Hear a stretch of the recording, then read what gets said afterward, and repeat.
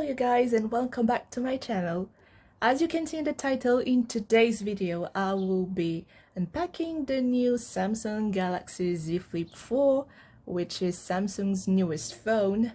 I hope you like it. As I'm saying this right now, I'm actually using the phone to record my video, so you guys can see how the camera is doing. But anyway, I'll let you enjoy the rest of the video. Bye.